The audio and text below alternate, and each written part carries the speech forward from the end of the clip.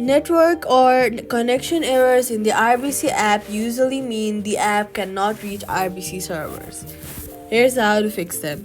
First, turn on airplane mode.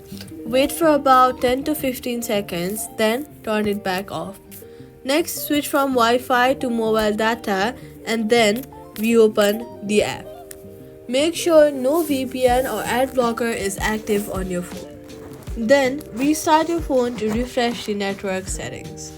If the error continues, wait a few minutes before trying to log in again.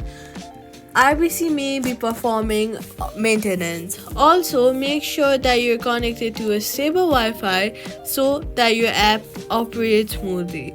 Connection errors often disappear after a quick network reset, and that's it. Subscribe for more quick fixes.